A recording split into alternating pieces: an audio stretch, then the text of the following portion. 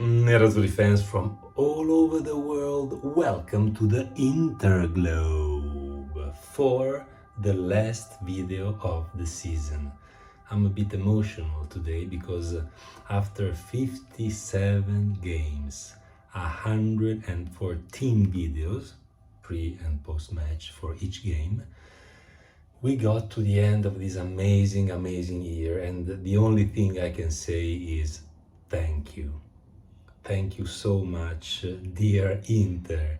Thank you to everyone, to the squad, to the coach, to the management, and also to Zhang, because it was really touching to hear during the press conference before the match Inzaghi say that during the difficult times of the season, Zhang was very close to him and by reflection to the team, because Inzaghi was carrying Zhang's messages to the team in those hard times, and feeling the proximity of these people that are basically your bosses when things don't go well is fundamental. So thank you to Zhang as well.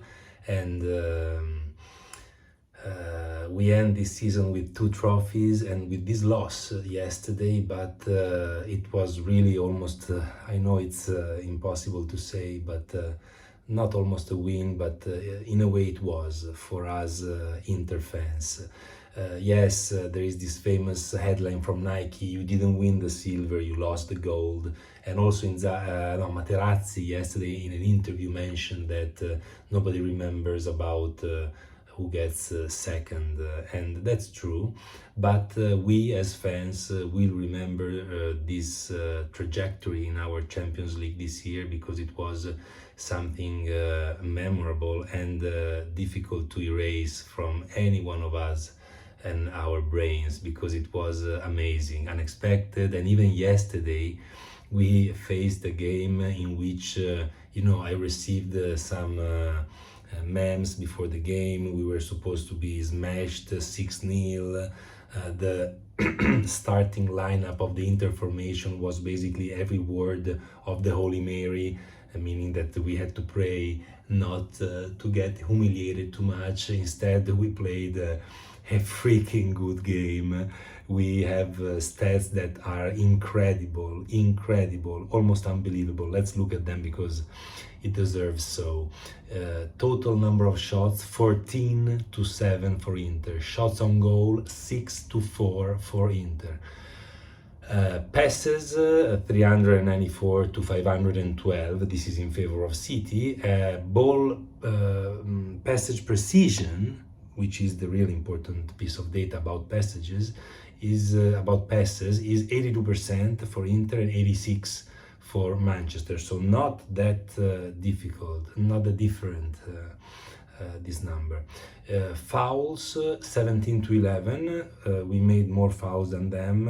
Let's not even talk about Marcignac because it was a disgrace.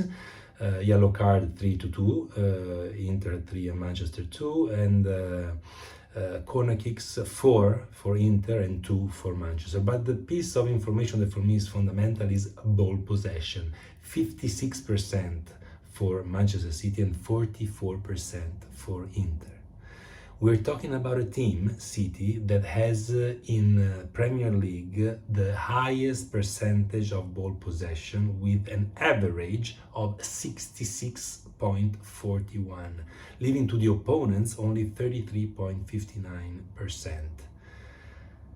So what we did yesterday is really amazing. We played Manchester City with their own tiki-taka style, and we managed to do it very well. In fact, in the first half, the only opportunity they had was that shot from Bernardo Silva in the very beginning that was really this wide, and then Haaland's shot that was saved by Onana. And that was it for the first half. In the second half, apart from the goal, before the goal, they didn't do much. Then they scored this goal that's kind of random because it was after a few deflections.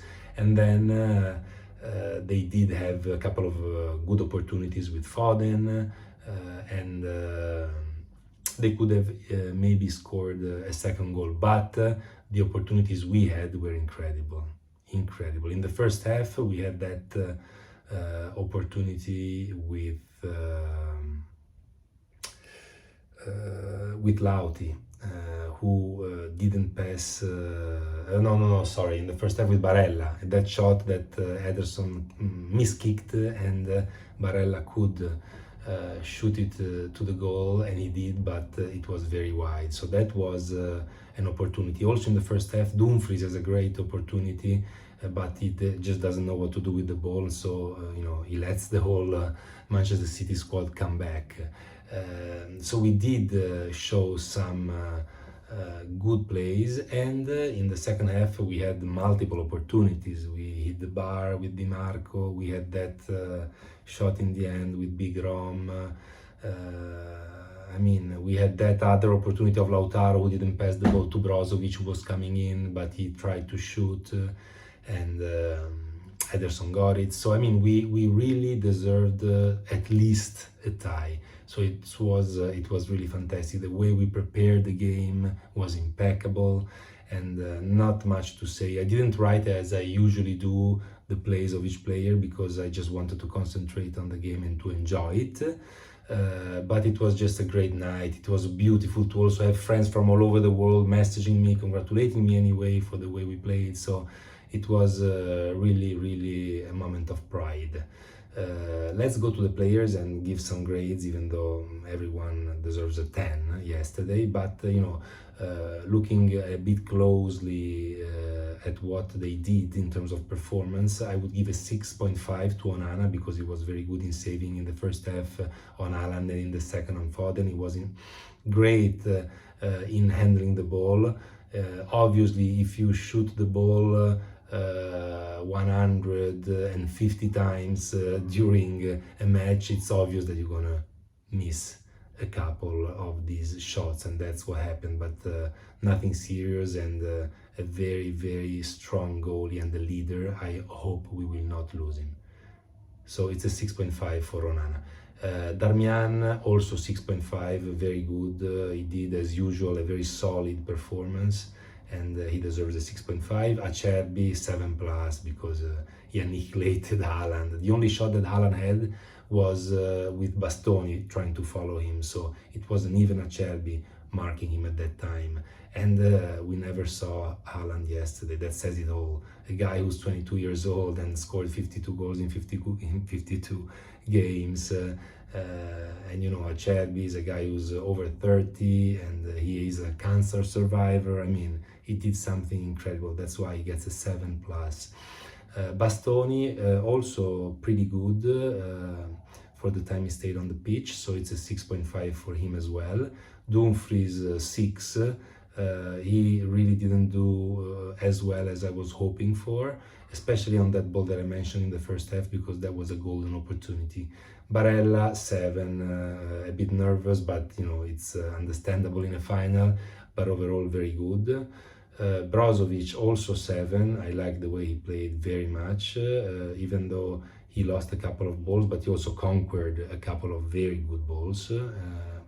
And then we have Çalhanoğlu, who is unfortunately yesterday just a 5, because it wasn't him yesterday. You could see that he was too emotional. So he deserves yesterday a 5. Then we have after A-Train Dumfries, Barella, Tubeman Brozovic, and Sultan of Swing Çalhanoğlu, we have drone delivery Di Marco, who gets a 7, because he was really so intense in every play he made, and he stayed on the pitch for far longer than he could have physically. So he really did something exceptional. He almost scored with that header, so it's a 7, and nothing to say. Great game. Dzeko is the other 5 in the match. Really not palpable, his presence. Lauti is a 5.5, because he missed that opportunity in the first half, and all in all, he wasn't as decisive as usual. Going to the bench and to the substitutions, Lukaku unfortunately also gets a 5 because of that header in the end. You just simply cannot miss that header. But Big Rom took us to this final, because thanks to his goals with Porto and with Benfica, we are here talking about the Champions League final. So no hard feelings. Gosens 7, very good, incredible spirit as usual, but also some key plays, which is unusual for him. Couple of nice crosses and that assist for Romelu that was very precious and should have been converted. Bellanova also 7, because we have like a little kid who is playing a Champions League final when you're down 1-0 and you have 10 minutes to play, the pressure of the whole world, yet he performed very well. A couple of runs on the flank with some crosses, so it's a 7 for him. Mkhitaryan 6.5, because he was not at his best, but in a couple of plays I could really appreciate his style and his ability to unmark himself, let's say, from the opponents. D'Ambrosio, it's a 6, didn't do much, and Inzaghi, it's an 8. If you want to say 8 minus, because the whole majority of Inter fans wanted Romelu to start, okay, let's give him 8 minus, but all in all, it was an incredible Champions League this year, and I will be forever grateful to Simone Inzaghi and the team, and I will never forget this moment. So yes, it's true that we didn't win the silver, we lost the gold, but sometimes some memories and some emotions are stronger than awards, let's say. Okay, thank you so much for watching this video. If you enjoyed it, please punch the like button, subscribe and leave a comment. I'd love to learn how to make these videos better. And that's all. Thank you for watching throughout this season, and I hope the next one will be even better. As always, Forza Magica Inter. See you soon.